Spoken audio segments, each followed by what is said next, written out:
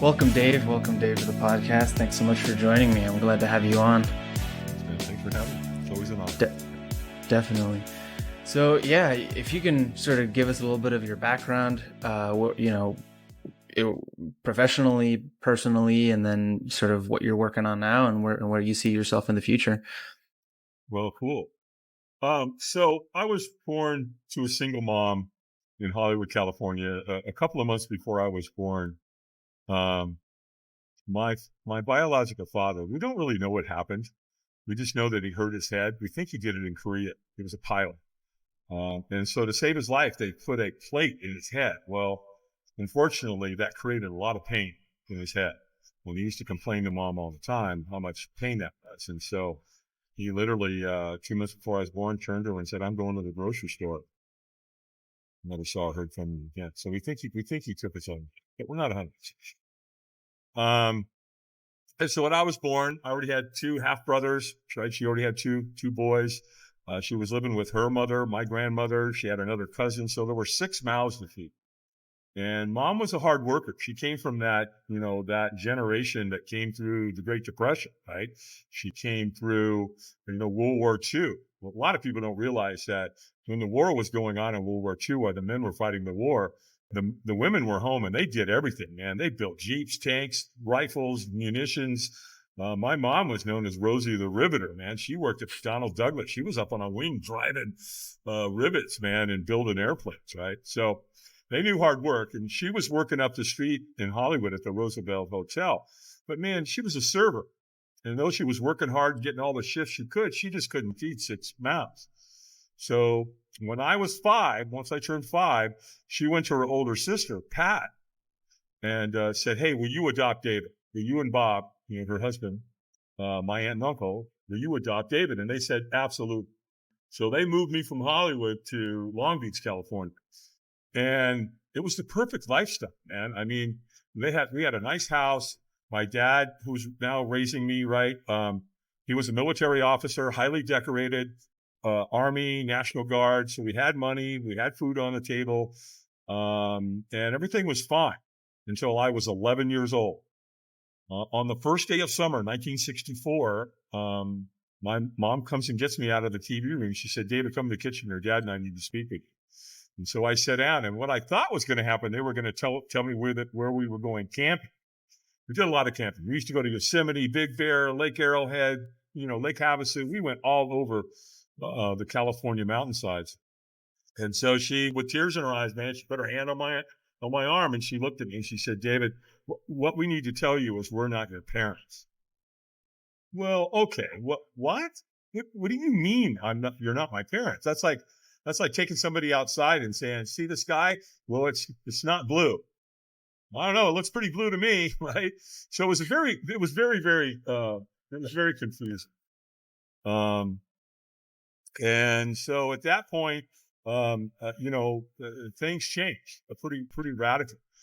We went on to, shortly after they told me this, both of them started drinking. Now they had sworn off drinking when they adopted, but they both started drinking. And they were both different people when they drank. My mom was kind of a quiet, happy kind of a drunk, if you will. She'd pass out at the kitchen table and just sleep, put her head down on the table and sleep. Bob, on the other hand, my dad, who was raising me, he was a nasty drunk, right? He got mad and angry, and he was volatile. He's pretty dangerous. And so they went to the grocery store one day, and I don't know what's going on. I don't know what alcohol is. All I know is that here's these people that I love and respect and who I thought were my parents are acting out, man. And so when they left, I knew where the booze was. They were hiding it in plain sight. And I went and grabbed it. It was a big old bottle of brandy. And I took a coffee cup, man, and I filled it up. About halfway, boom, I downed it. And I never had a chance, man. I believe I was an alcoholic right on the spot. I started acting out. I was going to drink more. I wanted more. All the characteristics of alcoholism showed up, the moment I started drinking. And then that just escalated, right? It got worse and worse, even though I'm 11 years old. By the time I was a junior in high school, I was already doing hard drugs. And in fact, very shortly after, the year started, my junior year, they pulled me into the principal's office and said, Albin, you're out. We're expelling you. You're dangerous. You're a threat to the school. So they kicked me out. And what was interesting is, like, I didn't care. It wasn't like I go, oh, wow, I'm not going to be able to make a living because, I'm not going to finish high school. In fact, there was a song back then by Paul Simon, in one of the lyrics in there. It said, when I think back of all the crap I learned in high school, it's a wonder I can think at all, right? That was kind of like my theme song. But I had an entrepreneurial spirit from a young age.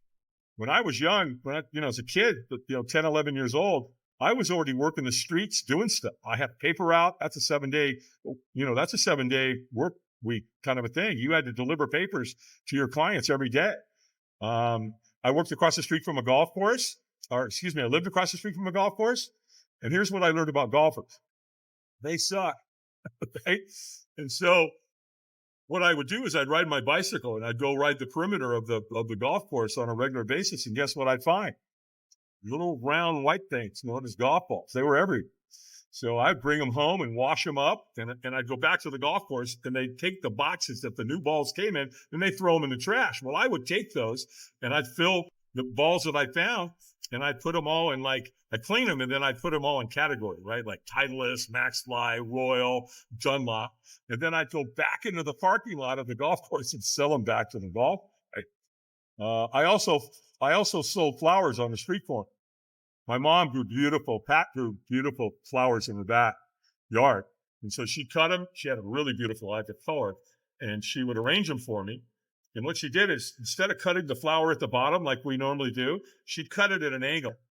And I think what that did is it opened up the surface area so more water would get into the flower and outlast the florist.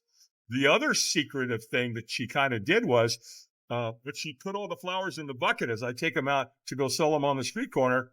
She would put 7-Up. She put about half a bottle of 7-Up in that water. And I don't know what happens, if it's the caramelization or the sugar or whatever, but my flowers would literally outlast the florist 3-1 from some kid, right? Selling them out on the street corner. So, that's kind of, here, at a young age, here's what I learned. There's money out there. Go get it. And, when you learn that at 9 or 10 years old, 11 years old, it makes a pretty substantial impact on it. And so that entrepreneurial spirit has always lived on, inside of me. And then when things really turned, how my life really turned was on June 8th of 1988. When I woke up that day, I'm like, I'm done. I'm out. I was grossly addicted to heroin, cocaine, alcohol, cigarettes.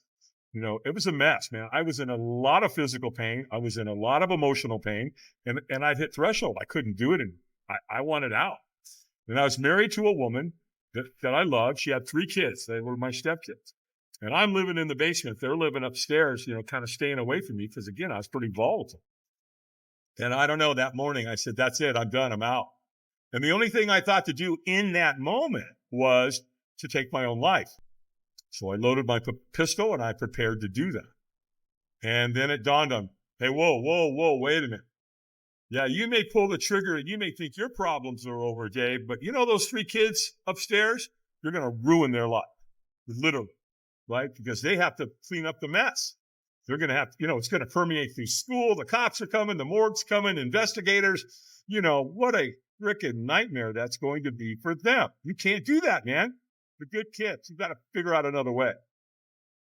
Well, the next thing I thought was, then call Alcoholics Anonymous. What was interesting about that was I didn't even know who the hell AA was. I don't know who they are. I'd never been to a meeting. I didn't know anybody in AA yet. There was the thought, right? So I did. And I called Alcoholics Anonymous, and I got an amazing woman on the phone. And she was kind of a gatekeeper. Her job was to interview you. And if she thought you were serious, she would literally call somebody to come give you a ride to an AA meeting. And I've affectionately over the years nicknamed her Madge. And the reason I did is because she talked like this, right? She probably smoked 2 packs of Paul Von non-filter cigarettes a day. So her voice was really raspy. Well, I tell you what, man, that woman saved my life. If it wasn't for her, I wouldn't be on this podcast with you this morning, right? So anyway, she called the guy, Lauren. He came and picked me up, I attended 4 meetings on day 1, on June 8th, 1988. And when I got there, what they did was they gave me a little medallion and it said 24 hours on it. And then they gave me another one at 1 month, 2 months, 3 months, 6 months, 9 months, and 1 year. And then this last year here, June of this year, I picked up a chip for 35 years. Mm-hmm. So what happened there was now I'm in AA, right? And so the 12 steps are helping me put my life back together, to make amends with people, to look at my character defects, to look at, my shortcomings, and really get myself back online, if you will, as a human.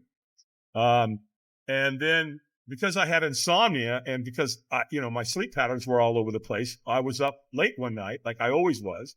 And there he was, the man himself, Mr. Infomercial of the 1980s, man, selling his program, Personal Power, through Gunther Ranker. And he was definitely the king of the infomercial scene back in those days. There he is, a young, vibrant Tony Robbins. And when I was listening to his infomercial, I didn't like it. I thought he was pompous. I thought he was arrogant. He's all motivated. Right? I didn't want anything to do with this guy. But he said 2 things that got me. One, he said, we'll do more to avoid pain than we will to gain pleasure. And I'm like, well, I'm in a lot of pain. And I was using drugs and alcohol for that purpose. Right? I was either trying to avoid pain or I was at least trying to chase some pleasure. So it resonated with me when he said that. Then the other thing that got me that was really profound, he said, the way we make decisions, what influences us, we make decisions based on 2 things, inspiration or desperation. And I'm like, wow, okay, I'm pretty desperate. And so I bought his program and I plugged it in. It came in a big box, man. It was a 30-day program. It came on these little white things called cassette tapes. Right?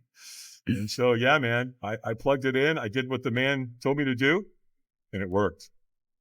And so that was how I came to know Tony Robbins. So did you work with him? Yeah. Oh, yeah. I from there, I ended up, a buddy of mine in AA, I loaned my program to him. That was in 88, right after I went to it. And he called me 7 years later in 1995 and said, hey, man, did you know that Tony Robbins is coming to town? I'm like, nope, had no clue. He said, bro, come on, man. Go with me. You got me into this shit. Come on, let's go, man. And so I said, yeah, man, I'll go with you. Absolutely. He goes, oh, great. He goes, let me call you back. So he goes, I'll make all the arrangements. So he did. Calls me back like an hour later and he goes, done. You pick up the tickets and we'll call. Here's what they told us to do. Number 1, drink a lot of water. You've got to stay hydrated for this 4-day event. Number 2, bring snacks. You are going to spend a lot of time in the room. And I laugh because anybody that's ever been to a Tony Robbins seminar is laughing with me because they know Tony he's the energizer of the bunny, man. He'll keep you in a room for 12, 15 hours. No problem. And then he said, bring a good attitude and be ready to play full out. And I said, well, Dan, how much was the ticket? He said, $695. I'm like, you gotta be kidding me. This is in 1995. So I have no idea what that's worth today. What, 1.2, 1.3 million? I mean, you know what I mean? It's worth a lot more today than it was back then, or you know what I mean? So he's getting ready to get off the phone, right? He goes, oh, wait, I forgot to tell you the most important part. We're going to be doing a firewalk. And I'm like, I don't even know what a firewalk is. I have no references. I don't know what it means, but fire and walk didn't sound like anything I wanted to participate in, right? And so I'm thinking to myself, oh, hell no. No, we're not doing that. I'm not going to be doing any firewalk. But I don't want to say that to Dan, right? I don't want him to think I'm a coward, right? So I'm like, yeah, sure, Dan, firewalk. Sounds really interesting. No, that's a hard no for me. That's a hell no for me. Well, the big day comes. And so we get there, and Tony takes the stage at 2:00 in the afternoon. Well, the next thing we know, it's after midnight. We've been in a room with this guy for 10 hours, right? Remember, bring snacks or you'll starve to death? It's true. And all of a sudden, Tony goes, take your shoes off. And I'm like, oh, no. I see where you're going with that, pal. I'm not falling for that shit. But I got a problem. I'm in a room with 3,500 people, and guess what they're doing? They're taking their shoes off, right? So now I got a dilemma. What am I going to do? What am I not going to take my shoes off and walk out there with 3,500 people while everybody's staring at me? So I'm like, okay, just calm down, relax, take your shoes off so nobody's going to know. And then when you get out there, just go hide in the back. No one's going to know, right? Well, except for me, right? And so it gets worse. So when he starts taking you out into this big giant parking lot where you're going to firewalk 3,500 people, he gets everybody to start chanting and clapping. So now as they're walking out there, everybody's going, yes, yes, yes. And I'm thinking, whoa, what is happening here? And when you get out there, guess what? Andreas works, right? Because he's got African drummers. So then you got the dun dun dun dun dun dun dun. I mean, bro, it's a dog and pony show unlike anything you've ever seen in your life. So logistically, how do you firewalk 3,500 people? Well, you start off in the middle of the day. You build a big giant fire. They build a big pit, probably 35 feet wide. It's every bit of 70 feet long. And they just add cords and cords and cords of wood to it. And it burns all day. Well, after about 10 hours, it renders. So that night at midnight, you go out there. It's this big giant pile of blue coals. It's absolutely gorgeous. It's stunning. And so what they do is they take a wheelbarrow over to that pit and they load it full of coals. Then they bring it in between two lanes of sod, of grass. They call it a fire lane. Fire lane's, 3 feet wide, 15 to 18 feet long. Then all they do, man, is they take a flathead shovel and they sprinkle those coals on top of that grass. That's what you walk on. And so I'm hiding in the back. I'm not doing it, right? Well, Tony Robbins knows that this is probably the most life-changing experience any human will ever go through. He did his research. He knows firewalking's been around for 1,000 years. It's been used by cultures for a variety of different reasons. Everything from a wedding to a graduation, to manhood, to womanhood, to, when a baby's born, rites of passage. It's very ceremonial. It's a very spiritual thing. The Tahitians, the people of India, the Polynesians, the Hawaiians, the people of Portugal, the Spaniards, the Indo-Europeans, Native American Indians. Again, cultures all around the world have been doing this for 1,000 years. Well, so he doesn't want you to miss out. He knows if you don't do it, that, there's not going to be the paradigm shift. It's, again, he wants to change your life. And he knows if he can get you across that fire, it's probably going to happen. And he also knows there's people like me that are hiding in the back. So what's he do? He trains people to come find you. Right? So literally, I'm thinking I got it all figured out. I'm hiding in the back. And here comes this dude out of nowhere. And he makes eye contact. And, Robbins trains him. Hey, once you make eye contact, don't take your eyes off these people. This guy gets about 20 feet from me, right? And looks at me. And he's looking at me really funny, like a dog that hears a funny noise, right? And he goes, hey, man, are you okay? And when we're not okay, what do we say? We lie. Oh, I'm fine. I'm good. Yeah, nothing to see here. Move along, right? And he goes, hey, man, are you going to firewalk tonight? And I'm like, absolutely not. I'm thinking, why do you think I'm hiding in the back, dude? What's wrong with you, right? And so I said it with some authority maybe, or some voice inflection. And he's like, hey, man, it's cool. We don't want you to do anything you don't want to do. And I'm like, well, cool. I like this guy. He's going to get me out of here. No, he's not. He tricked me. But you know what? Without this guy changed my life. Because the question he asked me was, well, wouldn't you at least like to watch? And I'm thinking, yeah, let's do that. Let's go watch these people burn their feet off. This should be really entertaining. And he said, well, you can't see anything from back here. He's telling the truth. I got 3,500 people in front of me. I can't see anything. I can hear it. They're clapping. They're chanting. The drums are going. They're already firewalking. And when they get to the celebration end, they're screaming and yelling and celebrating. I mean, again, man, it's unlike anything I've ever experienced in my entire life. So I'm like, okay. So he goes, just get in line and eventually you'll get up there where you can actually physically see it. So I did. Okay. I took the bait. Well, as I'm kind of moving along in line, this stranger comes up to me and he said, he knows when you're ready.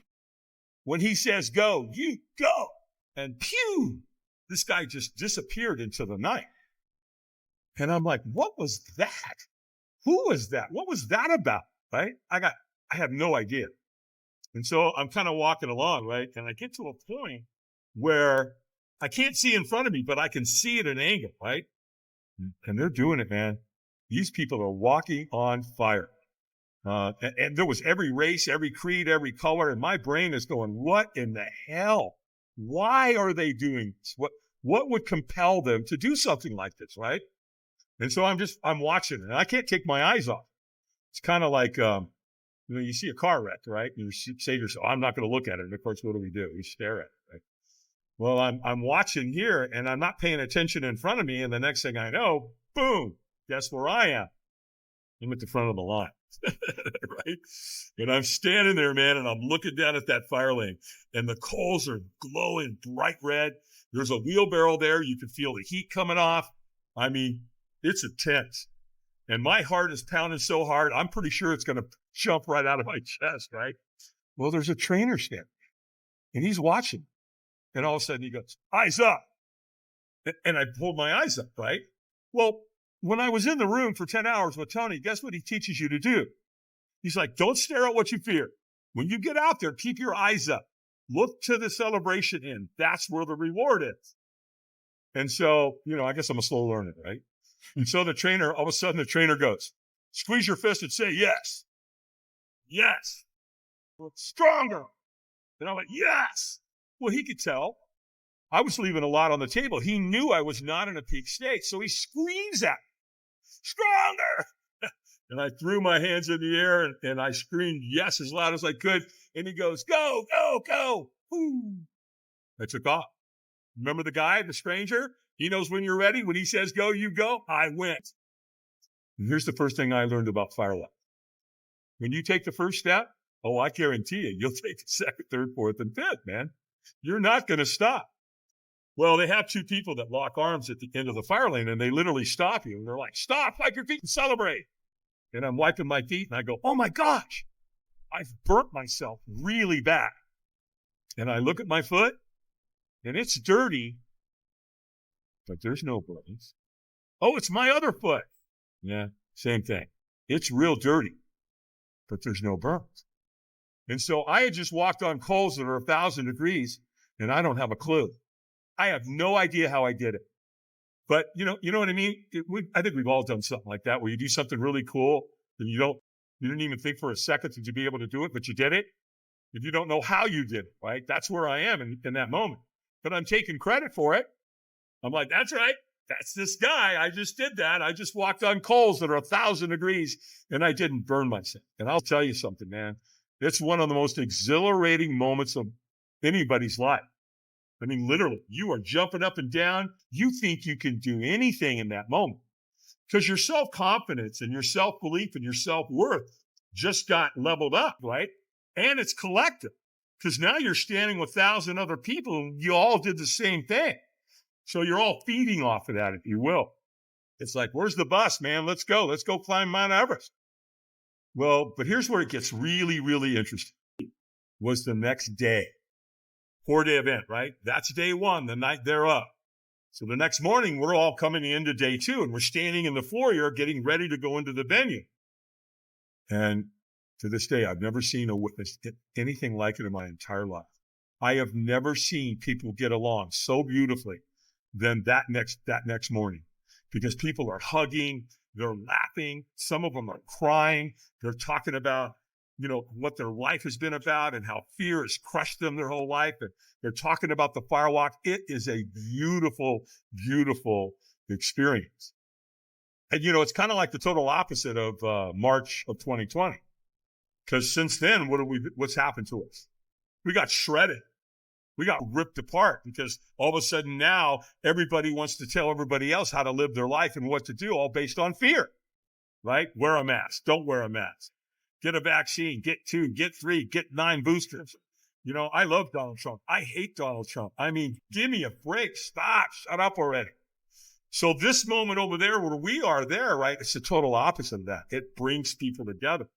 Because now these total strangers don't feel like total strangers. They feel like human beings that we're supposed to live in love and kindness and joy and support and collaborations and camaraderie, right? And so that was really it, man. I went from there.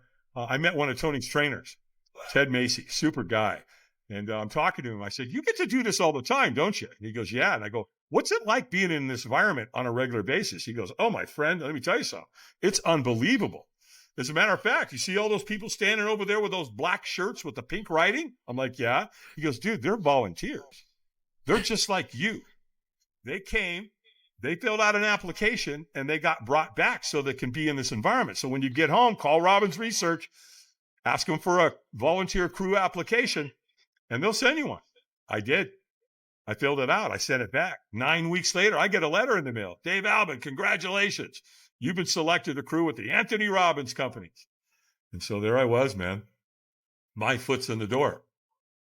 Well, when you fill out the application, you tell them what your skills are. Number one, I had a military background. Number two, I had a security background. So they immediately put me on the security detail, helping to take care of Tony's celebrities. And then because I lived on a farm, I knew how to use a log splitter. I knew how to chop wood. I know what kindling looks like, right? So they put me on the fire team as well, which is exactly what I wanted. And then after crewing, I don't know, 5 or 6 times, which by the way, you got to pay your own way. So you're going to spend $1,500 to $2,000 to go into the environment if you want to go, right? So you have to be financially in a position to be able to do that. Well, they ended up hiring me as a subcontractor in late 95, 96. And then from there, in 2003, my life changed forever. Tony offered me the captain's position for the entire organization, which meant that I was in charge of all of Tony's firewalks globally. They even paid to have my kids travel on the road. We were homeschooling at the time. And so they literally paid for my wife and my 2 kids to travel. If you can imagine having your kids and being on the road with Tony Robbins, it's pretty extraordinary. In fact, our first event with the family was in Sydney, Australia. Not a bad start, right? 2005, we went to London. We set the world record. That's where we did the biggest firewalk in our planet's history. We firewalked 12,300 people. I do want to disclose Guinness Book was not there. I refer to it as a world record. And to my knowledge, there's nowhere, there's a firewalk anywhere close to 12,300 people unless you go to another Tony Robbins seminar where it's 9,000 or 10,000. And then in 2014, boom, my life made another radical change. And that's when I'm driving down the road, man, and boom, my phone rings. And it's a company called Google. And they're like, hey, are you the Dave Albin that does the firewalks for Tony Robbins? Yeah. What can I do for you? Well, if you're not under any contractual obligation or non-compete, we'd like to talk to you about hiring you. And I'm like, well, homeboy's a free agent, man. What you got? And so that's when it dawned on me. I literally had a conversation with one of the execs, and they said, hey, man, you really ought to think about starting your own business and taking, the firewalk experience and all these other things you do out to corporate America. He goes, they will eat you alive.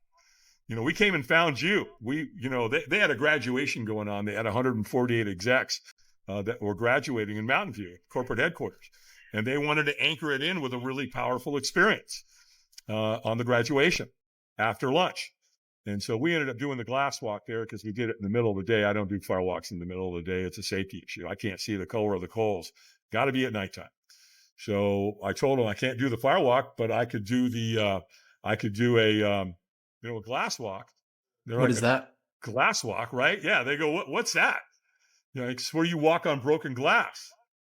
And I'm like, they're like, really? Well, tell us about that. And so that's what I ended up doing. I did 2 glass walks for Google. And then after that, I retired from Tony's organization. And the next thing I know, I'm at NASA. And then I'm at Notre Dame. And then I'm at Virginia Tech. And then I'm, with Microsoft, Heineken, Remax, Chick-fil-A, YMCA. I mean, it just got crazy, right? And, no pun intended, but we've been going hot and heavy ever since. You're getting me excited about this. I'm trying to plan a hunting trip next year, and just getting 10 guys together to go on a hunting trip. and sort of a week-long adventure. Yeah. And man, maybe a firewalk could be one of the one of the days. This seems like an interesting idea. Is it a complicated thing to plan out, or? Can be. Just depends. It depends on what's going on. It depends on how many people you've got coming. Depends on the client. Depends on what's going on with them. Are they launching a new product?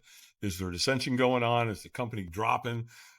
Which is going on right now because of what happened in March of 2020.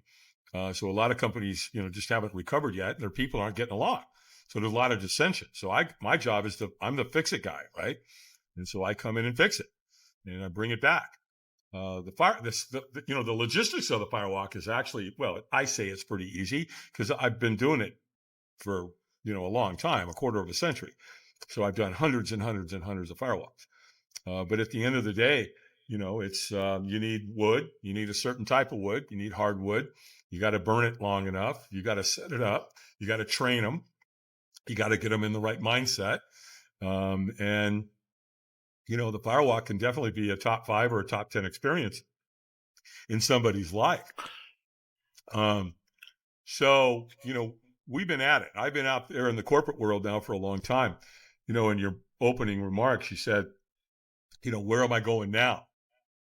Well, I was on a podcast a couple of months ago, and after we recorded, we were talking sidebar, and Natalia asked me, she said, "Hey man, have you ever done a firewalk for veterans?" And I said, "You mean specifically?" And she said, "Yeah."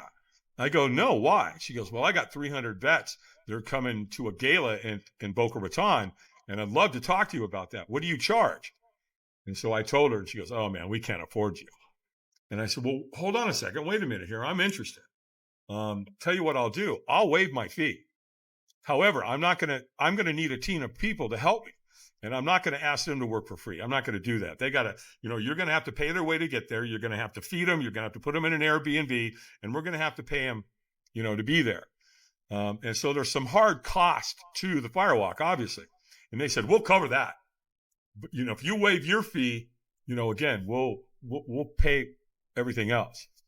And so as we started moving forward with that, that night when I went to bed, I woke up in the middle of the night, and I woke up and it came to me. Operation Do No Harm. Because here's what we know about vets, right? Unfortunately, the numbers are about 20 a day are taking their life. Well, that's not true. That number's not correct. And the reason it's not correct is because that's only if they leave a note. Well, hell, half of these men and women aren't leaving a note. So the number's actually over 40. And man, that really got me. It cut deep into me. I'm a vet. My dad, who raised me, was a vet. I grew up in the Vietnam era. I'm surrounded by vets. And so I went, so maybe this is the next level of your life. Maybe this is where you pivot. Maybe this is where you finish up your legacy. And so, yeah, we created Operation Do No Harm.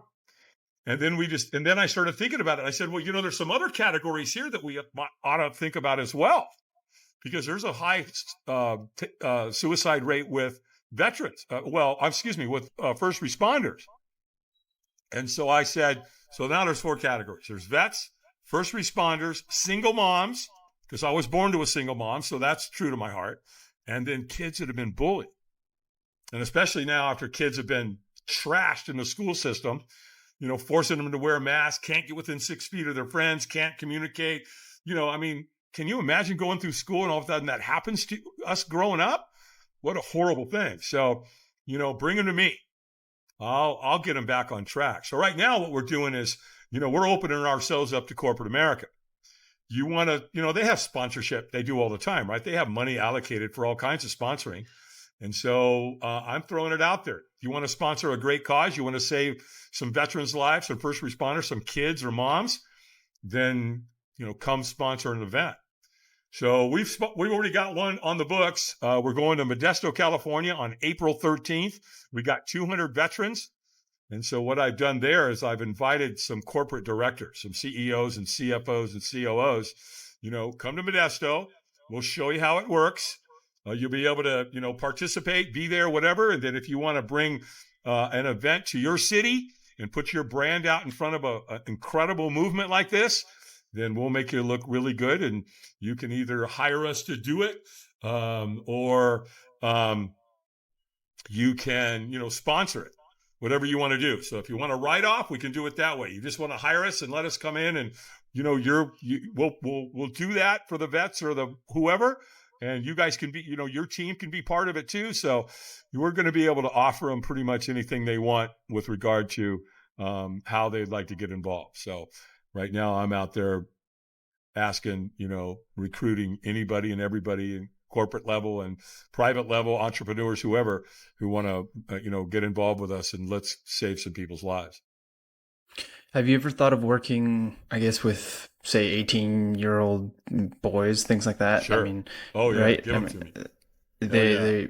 We used Kids to have too. sort of a rite of passage, right, as men. Oh and my God, we don't bro, we don't you have nailed that it. anymore. So Yeah, you're right. We don't have that in America anymore. So you're absolutely spot on. Yeah, I do it in a heartbeat. But I'll do kids too, right? not just America, several places, but yeah. Yeah, let me give you an example. So my daughter was 6 years old the first time she firewalked. My son was 9 years old. I've Wow. walked a ton of kids. And I do something really interesting. I took the firewalk to a next level. I created that rite of passage part of it. That doesn't really happen with Tony's events, right? It's a rah, do the firewalk, boom, create the paradigm shift. Okay, I firewalk. Now what else can I do, right? Going into day 2 of his event. So here's what I did. I brought the board break into the firewalk experience, right? Martial arts move, real simple. Every dojo in America breaks boards. I did it, yeah. Graduate. If you go from, a white belt to a yellow belt, you're probably going to break a board for your graduation, right? So what I did is we brought the board break in. And so logistically, here's what we set up. I get them to write something on front of the board they want to move towards. I get them to write something on back of the board they need to move away from.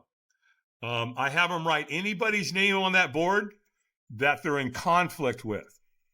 So a forgiveness or reconciliation is part of that relationship. It ends tonight. Stop carrying around a resentment about another human being.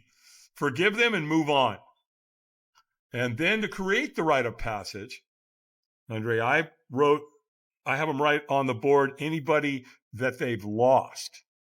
So if they are a vet and they lost somebody, while they were deployed, they get to do that. Or maybe it's a grandparent or a parent or a brother, sister, whatever. We create the rite of passage and bring their energy to the experience, right? So we train them how to do it. We take them outside. We have the board break stations. They break the board. We walk them in a circle. They do the firewalk. As soon as they do the firewalk, we do something to anchor that experience in, so that 2 weeks later, if they want to go right back to that moment and feel what it was like, when they did that firewalk, when they completed it, we have a way of doing that with an essential oil. And then after they've done that, then, they throw the board into the fire. And of course we get this on video, and we get pics of all this, so they have it. And then I do something at the firewalk after it's all completed, and I do a calibration. And basically what I do is I get everybody that's participating, I get their heart to all start beating at the same time. So now you've got a group of people, they broke their board, they experienced the firewalk, we anchored it in, they threw their board in the fire. Again, they're all doing this collectively together. And then to bring it all together and create that magnificent, connection between all these different human beings, we get everybody's heart to start beating at the same time. And then we do a bunch of stuff for the vets too, and the first responders. We give them a medallion. It's going to say Operation Do No Harm. It's going to have a creed on the back. And before we get them to go out to the firewalk, by the way, we get all the vets, they're going to take an oath. So they're going to raise their hand and promise to do no harm. And when vets take an oath and they take a creed, they follow through. And so we're creating purpose. Why do vets take their lives? Because first of all, they become trained killers. They get deployed. They go over there. They work as a unit. They're keeping each other alive. They see some of their buddies get blown away. It's ugly. War is ugly, right? And then they come home and they get fragmented. They're all over the country now. They don't have that connection anymore. So their purpose starts to drop. Depression comes into the mix, and they either start drinking or they start doing drugs, and then we lose them. So they lose the purpose. So I know that. I've been in the personal development industry long enough to know what that looks like, right? And so by bringing them back in, taking an oath, we're also going to get them to recruit.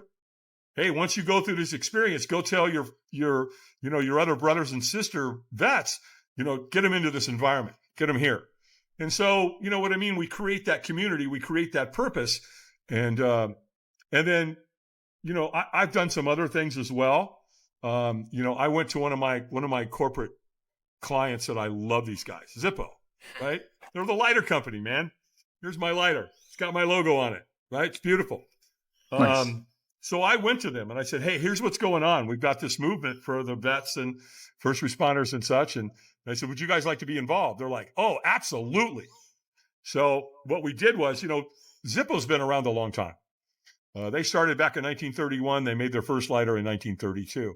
And since that time, as of this year, they've manufactured over 700 million lighters, right? So most people know who Zippo is. So what we did is I went to them. I went up. I spent 2.5 days with them. I went to the plant. They gave me the tour. They treated me like gold. And I sat down with the design team. And here's what we're going to design. They're going to make a 1941 replica.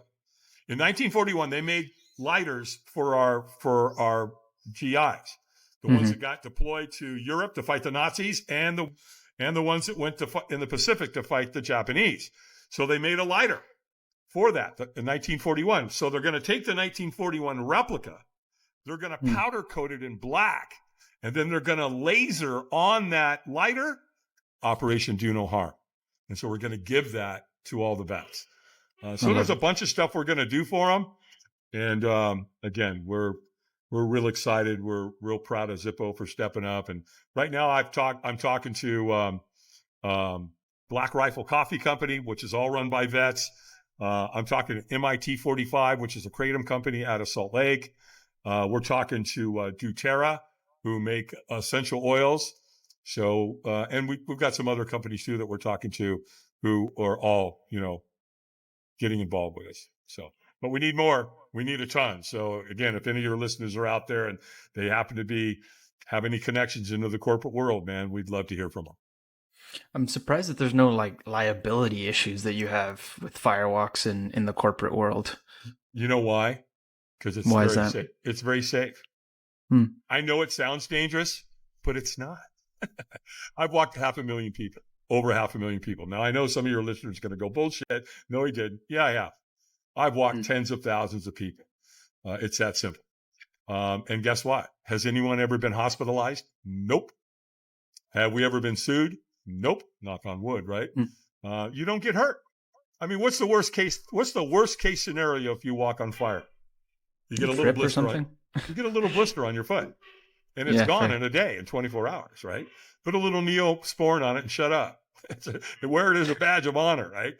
And literally, that's the worst that can happen. In fact, I'll tell you, if you want to see this, if you want to see what it's like, what somebody goes through, go Google Oprah's Firewalk and go watch it. It's beautiful. She walks Yeah, she walked in 2010 at the LA Convention Center. And here's the beautiful thing. It really depicts what somebody goes through.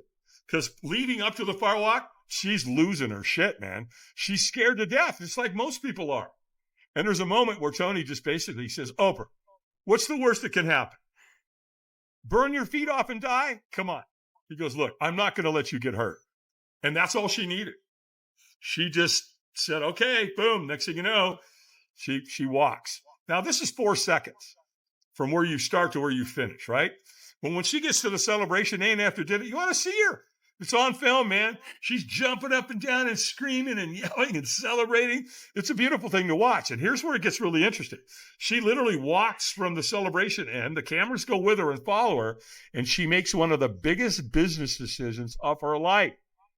Why? Because she's in such an elevated state. She is in an absolute peak state. That's what the Firewalk does to you when you finish. And she started... Most people know this. She started what's called the next chapter. And again, man, that's what happened.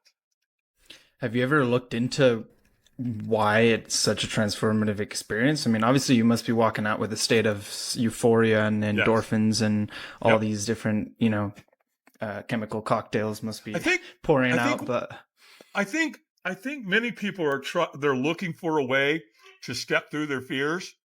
Because what's fear mean to somebody? It's one of two things. One, forget everything and run. Or in AA, we say false images appearing real. Or is it face everything and rise? Once you get to the end and you celebrated, your brain says, okay, I walked on coals that are 1,000 degrees. What else can I do? You can't undo that. And so that kind of sets the bar to now what's possible. And let's face it, it's fire. It's an element. It's a 1,000-year-old rite of passage, ceremonial, spiritual experience. And so that kind of all of that goes into one, right? I'm not going to do it. I'm not going to do it. Just like me. I'm like, no, hell no. Not do it. Boom. Next thing I know, I did it. And it took other people to help me, get me through it. Like when I'm doing my own events, I tell everybody, look, if you don't want to walk tonight, don't. That's up to you. But let me tell you, let me warn you with something. If you allow fear to stop you, you're screwed. Because fear's not done with you. Because let's face it, the fears you don't overcome become your limits. They show up again and again and again and again. Most CEOs and business owners and, people at a kind of play at a higher level, they know what doesn't challenge you doesn't change you. So it really realigns your purpose. Because I tell people all the time, look, the two most important times in your life, in my humble opinion, is the moment you're born and the moment you figure out why. And so it creates, again, a divine moment in your life where you go, maybe I could start my own business. Maybe I could get married and be happy. Maybe I should have children and raise them. So all those things, right, that we kind of put up a barrier for, they become realistically a possibility, and go for it. So I think when we first started this conversation, you were talking about pursuing pleasure and then pain and all this stuff. And that reminded me of that, because I feel like it's counterintuitive, but if you seek out pleasure, you get pain. But if you work through pain, I don't want to say you find pleasure, but you can find happiness, right? Like you can find that state of, right, where you can separate yourself from both. So I heard someone say it this way: do the things that are hard in life and your life will become easier. Do the things that are easy in life, your life's going to become harder. Because I get asked all the time, so Dave, you're almost 70. You're not on any medications, are you? Nope. No, I decided not to buy into big pharma. Thanks. I'm not interested. Love it.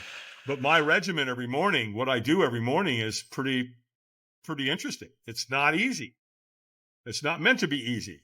But when hard things come up, then it's not so hard because I do the things I do every morning. Like the first thing I do every morning, I get asked this all the time. What's the first thing I do? Make my bed. Obviously, right? Because if you come home and you had a crappy day, at least you came home to a bed that's made, right? The second thing I do is I get up when the sun comes up, that first morning light, I want it on my upper body. I want it on my chest, my arms, my stomach, my face, my head. That morning light is very, very good for you because there's no damaging rays when it's early in the morning. So I do that. At the same time, I'm oxygenating my body. I'm doing deep diaphragmatic breathing. In other words, I take 30 real deep diaphragmatic breaths where you're breathing really hard, like, and you're sucking in oxygen. I do 30 breaths. And then at the end, I take in a nice deep breath and I hold it until I can't hold it anymore. And I do 3 sets of those. So I'm doing 90 breaths, 30 at a time. Then after I complete that, after standing in the sunlight, in the morning, I go over on the other side of my house and I do earthing. I do grounding. I put my feet on the planet Earth. And you can do it. Sand, mud, grass, dirt, whatever. Put your feet on the planet. And I won't go into the details, but it's extremely healthy for you. It grounds you. It's very important. Everything in our body that communicates is all electricity. So the Earth is grounding. It makes sense that you're supposed to ground yourself. So I do that. And then I also do some additional breathing and I do that for 9 minutes, by the way. Then I come in, I do my meditation, I do my sound therapy, I read 10 pages in a good book every day. And I would encourage anybody to do that. I mean, do 10 pages a day, multiply that times 365, look what you got. right? That's several good books in 1 year. And then I take my shower, my hot shower, and then you probably see this coming. I live in the Appalachian Mountains. I got mountain spring water coming into my home. The temperature is 56 degrees. It's cold. Then I do a 3-minute cold shower. And I think a lot of people realize today how good that is. You know, we know professional athletes and Olympians do it all the time to help heal their muscles and their joints and their tendons. And it kills them. It removes inflammation. Cold showering is really good for you. Do I like it? No. You know, you think, well, yeah, it gets easier. No, it doesn't. No, it really does not. You know, but I do it. Why? Because it's good for me. And I got a granddaughter and a grandson, and I might have more someday. And I want to be there. I want to see them graduate. I want to spend time with them. And so I've got to do the things that I believe that I need to do. And by the way, all those things are free, right? This morning sun is free. Oxygenating your cells. You know, when you get oxygen into your body, I think a lot of people realize that the technology's out there. The facts are out there. The research. Cancer, disease, and sickness cannot survive in an oxygenated environment. So take 9 minutes, expose yourself to some good sunlight, do some diaphragmatic breathing, do 9 minutes of earthing, because my whole regimen, everything, including my shower and all that, is less than an hour every single day. And, you know, it sets you up to have a pretty darn good day. For sure. A lot of people sort of go into this resignation, and you know how many times I've heard just like, oh, everything gives you cancer. I'm just not going to care about my health. You know, at the end of the day, everything kills. I was like, well, okay, then you can just, you know, give the responsibility of your health to the pharmaceutical industry or to the, you know, to somebody else. And that's just giving away responsibility, well, which is. I'd like to see their look on their face when they have the conversation with the oncologist. Right. They'll change their damn tune. Oh, maybe I should have done this, right? I should have done this and I should have done that. Well, people should all over themselves. I tell people all the time, they ask me, so Dave, what's one piece of advice that you can give somebody? And that is, don't negotiate with yourself. Hold yourself to a higher standard. Step up and own who you are. And if you say you're going to get up at 5:30 in the morning and go to the gym, do it. Stop saying, oh, you know, I just want to sleep 30 more minutes or 10 more. You're negotiating. And that negotiation is going to interfere with your entire life. So, you know, my recommendation is not. And again, you know, I'll share something that one of my mentors said to me. I've never forgot it. And that is, he said, you know, Dave, every human being on this planet has 2 lives. And the second one starts when you realize you have only one. So, you know, our family, our ancestry, you know, they're relying on us. I truly believe that, because if I hadn't made the changes in my life, getting, you know, conquering my addictions and, you know, alcohol and drugs and all that, that influences my family going forward. I wouldn't have kids. I wouldn't have the 2 amazing kids that I had. You know, again, they firewalked at 6 and 9. You got to see them today. They're very successful kids. And more importantly, they're happy. They're living their best life. And that's because dad and their mom were exposed to the personal development industry, and we exposed them to it. You know, when I homeschooled them, one of the first books they read was Think and Grow Rich by Napoleon Hill, right? So again, you hang around a barber shop long enough, you'll get a haircut. And I don't care. That goes both ways. Because at the end of the day, we are who we spend time with. And it all comes down to state management in our mindset. Because the bottom line is that, why don't people get what they want in life? Well, typically there's a story they tell themselves of why they can't have it. I'm too young. I'm too old. I don't have the time. I don't have the money. I don't have the education. I don't have the background. I don't have this. I don't have that. Bullshit. None of that's true. Especially the thing where, well, I don't have time. Yeah, you do. If you tell yourself you don't have time, you're lying to yourself. 100%. Because here's what I know for a fact. We have time for anything we're committed to. Absolutely.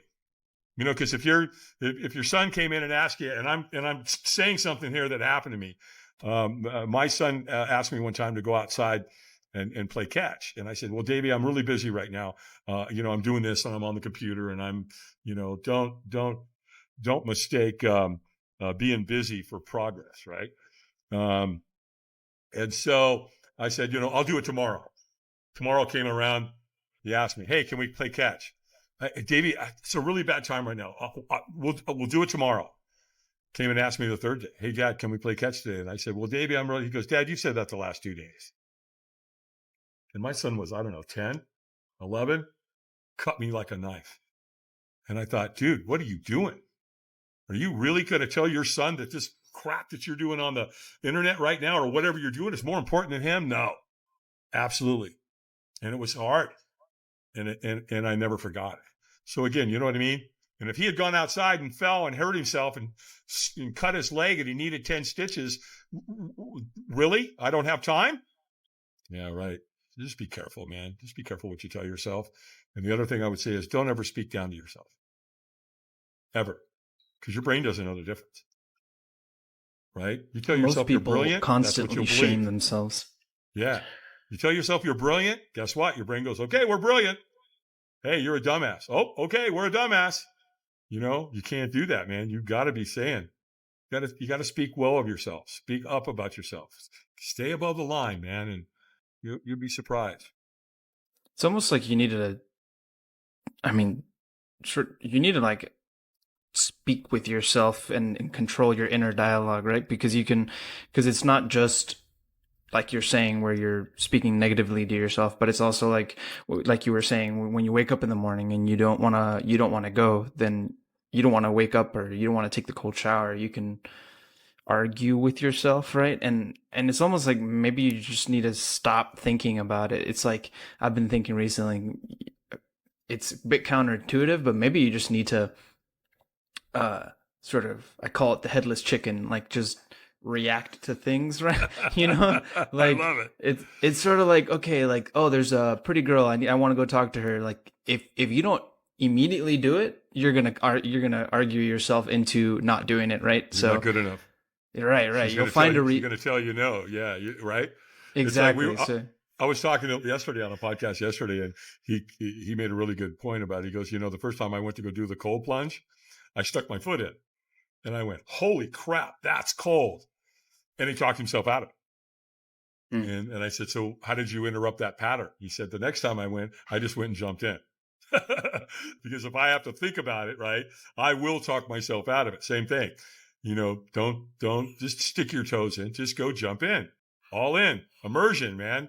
And then, once you're trust yourself too, no? Yeah, right. And you get in, you get up here. Now I do cold showering. And what I like about it is that, the water hits me right here in the face in the morning. 56 degrees. That's cold. Well, what does it do? It takes your breath away. You can't even breathe. And so what does that do? That's the key. That's my sign.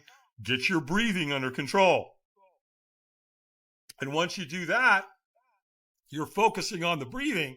Yeah, it's still cold, but it's nowhere near as cold.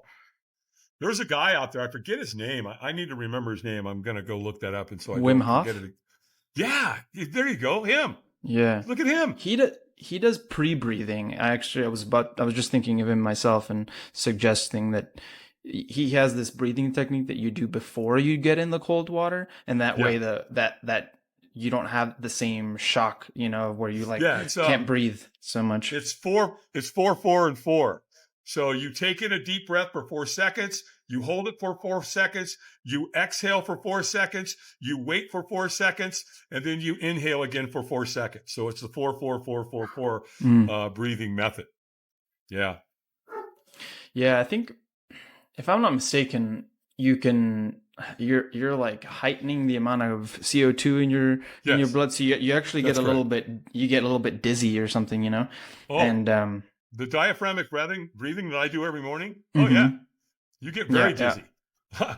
Tony said one time, we were talking about the breathing part, and he said, when you do breathing like that and you get dizzy, he goes, "That's your brain saying thank you." No, actually, that's my buddy Joseph McClendon that says that. One of Tony's trainers.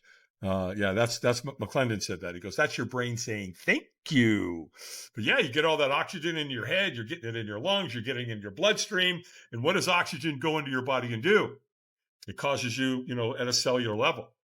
The other thing I do is obviously I drink really good water. I drink mountain spring water. I never drink tap water. No, thanks.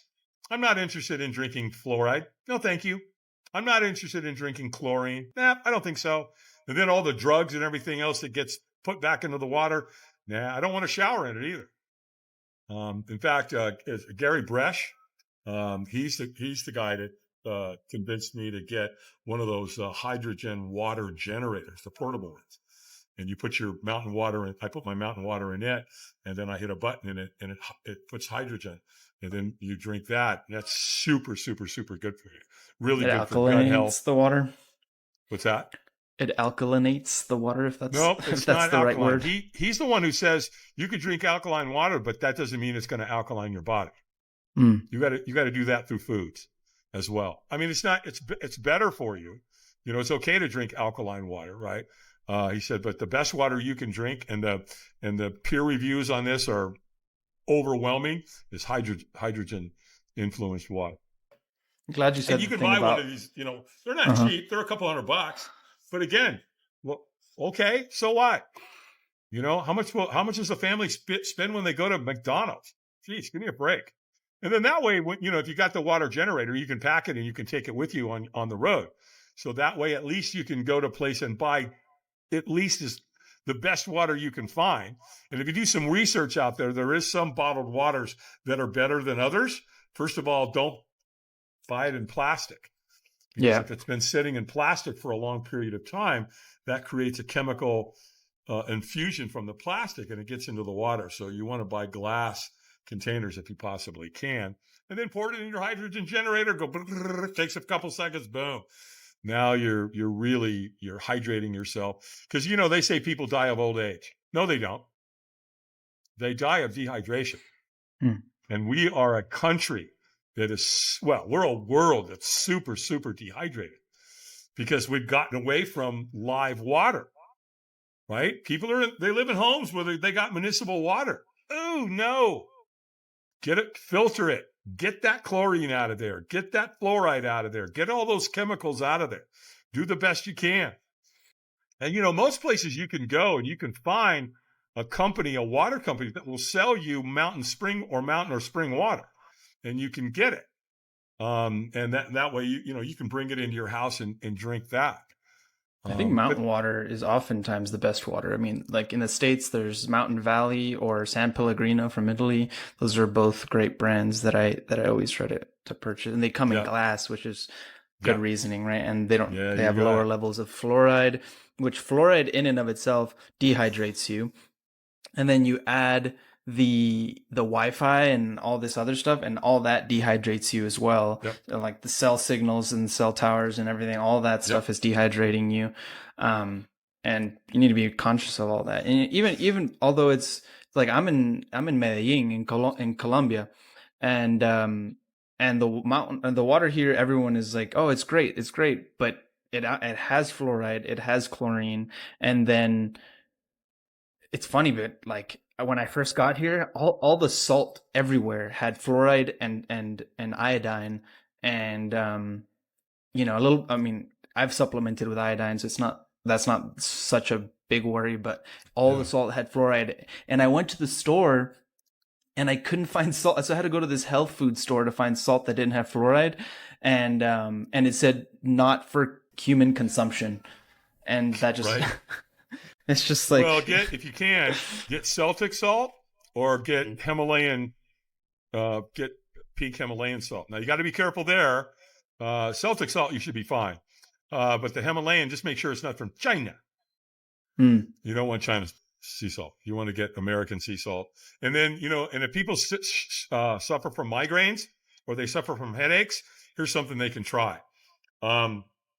Basically, you take a glass of good water, 10-ounce glass, and you take 2 big tablespoons of that sea salt and you put it into that water and you stir it and you stir it and stir it until it all dissimates, right? And then you take a gallon container of good water and you take 2 tablespoons of that water, the salt water, and put it into the gallon jug. And then I let it sit in the refrigerator because I like to drink it cold, and drink that. And that, because, obviously if you were to drink that 1 glass of all that salt water, You're going to spend some time in the bathroom, I guarantee you. So you just take 2 tablespoons of that water, put it in a gallon jug and drink that and see if that doesn't help you with headaches or migraines.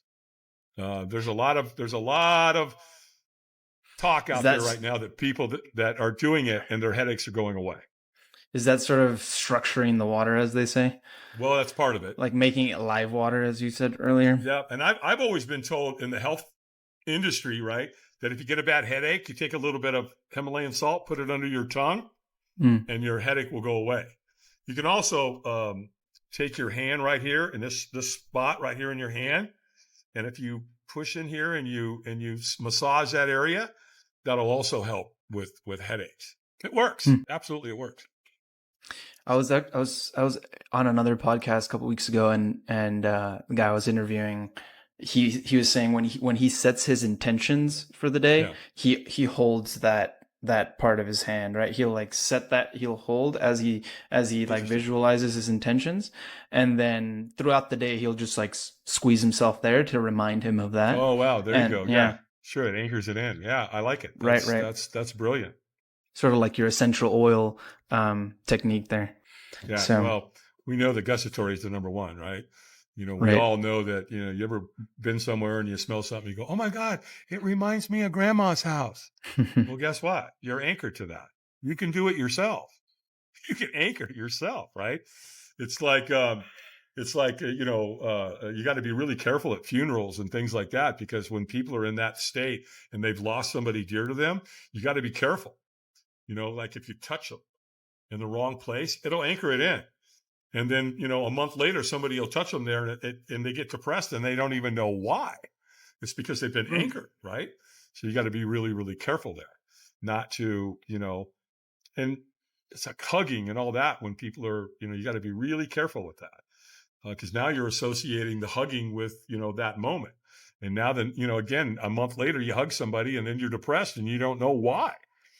So it's interesting how the human body works and how we can program it if we know exactly how to do it. Mm-hmm. I program myself all the time. If I want to feel really good, I touch myself right here. And to this day, and that's been there for 2 decades. And I anchored it years ago, man. And to this day, if I want to put myself in a really good state, like if I'm getting ready to go on stage, whatever, I have some power moves to physiology, getting your body to move and think at a peak state. And I also do that. Boom, walk out on stage. I'm 100%. So, again, just stuff you learn out there in the personal development industry that works. So I have one last question for you. Sure.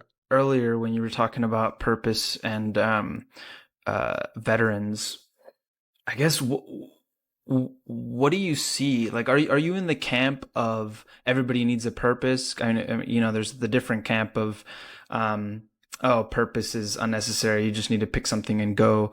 But yeah, I guess the question is, do you have any advice for somebody looking for a purpose? Or, like I said, if you're not in that camp, then. Well, read the book, A Purpose-Driven Life. You can start there, right? 100%. I'm pretty clear what my purpose is now. It's recently changed. My purpose now is to save as many veterans, first responders, kids that have been bullied, and single moms that I possibly can. And and when you get deep like that, I mean, it's a driving force within you. It's unquestionable. You always figure out a way, right? Because you always figure out a way if you're committed. If you're 100% all in, you will figure out a way. That's just the way it is. I think we learned that from, I'll give an example. Here's the best example I can give based on that question. I love that you asked this question, is Viktor Frankl. He wrote Man's Search for Meaning. Now, that's a hell of a book. It's not an easy read. It's not a comfortable read, but it's going to be one of the most eye-opening books you'll ever read. Viktor Frankl was in Auschwitz. And so when he was captured, they killed his family. And when you were in there, they took everything from you. Your dignity, respect. You would stand outside naked with the other prisoners, and it was cold. They didn't feed you.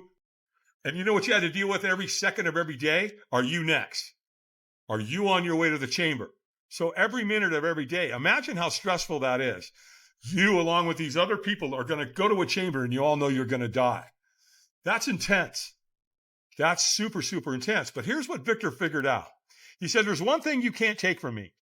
You can take my clothes, you take my dignity. I'm standing naked. You don't have to feed me, all that. But there's one thing you cannot take from me. I have to give it up. And that's my attitude. You can't take that. And so that's what he said, nope, you're not taking that. I'm keeping that. Because again, you have to relinquish that in order for them to take it, right? And that's where he came with the idea. The purpose is that, so what's his purpose now? And that's why a lot of them died. They gave up. They lost their purpose, where Victor didn't. Victor said, someone has to tell this story. There was his purpose. So there's a prime example of the proof of what a purpose-driven life could do. And he made it out. And there's no way he would have made it out had he not created that divine purpose. And I say divine purpose, and I think the more divine it is, because I believe that if you help enough people get what they want in life, you'll always get what you want. And so we as humans have to learn not to live from the outside in. No, if I get a new car, I get a bigger house, if I get 2 girlfriends, we make up, we put it off. We put joy and happiness off into the future. No, it's not going to happen. You've lost your way. You have to learn how to live from the inside out.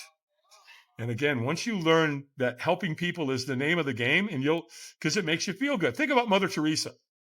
Why did she do all that? Because it made her feel amazing. I've even said, she was pretty self-centered, right? She did it all, man. Where did she live? She lived in the slums. She lived in the roughest places in the world. And she lived with the people that were the most deprived, the poor, the hungry, the solitude, all of that. So that's where she spent a lot of her time. So, it's there. And again, it goes back to what I said earlier, Andrea, and that's just, the moment you're born, man, is a very important moment. And the moment you figure out why. There's a why out there. All you got to do is search for it and look for it with an open heart. And you keep looking, you'll find it. And it's not necessarily that you'll find it. It'll find you. Absolutely. So open your eyes. So, yeah, how about that? What a concept, huh? Exactly. Open your eyes, man. I love it. Well, if you want to share how people can find you, go ahead. Sure. If you have socials and all that type of stuff. Yeah, that's the easiest way to get a hold of me. Just go to our website. My Facebook's there, LinkedIn, Instagram, all that's there. So just go to firewalkadventures.com. So that's one word, firewalkadventures with an S.com, and it's there. Something else is there that some might have an interest in, and that's the Dave Albin Firewalk Academy.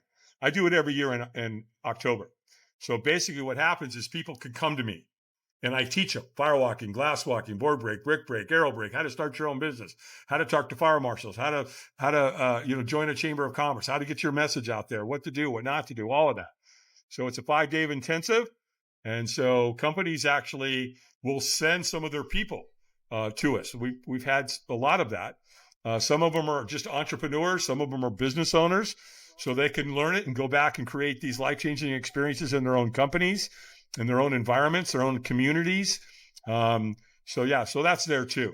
And then, of course, the Operation Do No Harm, we're working on the 501c3 right now, the nonprofit. So we have to get that set up. And as soon as we have that all ready to go, we'll load that into the website. But anybody that's been listening to us and they want to talk to me about, getting involved in sponsoring an event for the vets or the first responders of the kids or the single moms, just get a hold of me and we'll get it done. Great. Seems like there's a firewalk in my future then. Absolutely. Alrighty. Well, thanks so much for joining me, Dave. It's my pleasure. Great talking to you. Yeah, thanks for having me. Let's do it again sometime. We'll definitely.